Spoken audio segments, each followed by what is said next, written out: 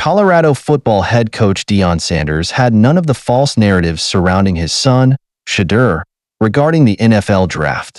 After a tweet mentioned that Shedeur is prepared to go to the Dallas Cowboys or the Las Vegas Raiders, another interesting tidbit dropped.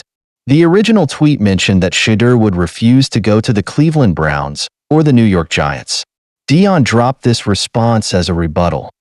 However, Deion wasn't the first to support his son through the false claims.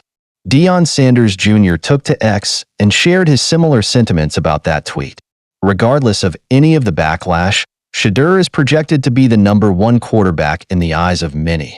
With Cam Ward and Dylan Gabriel projected to be in the draft, he's been head and shoulders over them in the NFL draft evaluation. Despite that, there's a caveat to being the #1 quarterback. The Raiders and Giants are fighting for that #1 draft pick.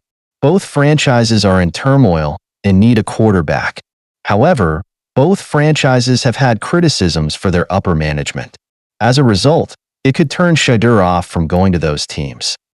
Deion's tweet doesn't reinforce that idea, and neither does Shedeur. Still, there will be speculation around any May decision. After all, Eli Manning refused to go to the San Diego Chargers and ended up being taken by the Giants. Shedeur could force a move similar to that. Even with that, the Browns are not a bad team. After making the playoffs with Joe Flacco as quarterback, inserting Shedeur could establish a true franchise quarterback. For the Giants, it can give them a legitimate franchise quarterback, since the Daniel Jones era ended abruptly. Furthermore, the Raiders haven't had a solid quarterback since Derek Carr was with the team. He could thrive in the bright lights of Las Vegas, even with some uncertainties with management.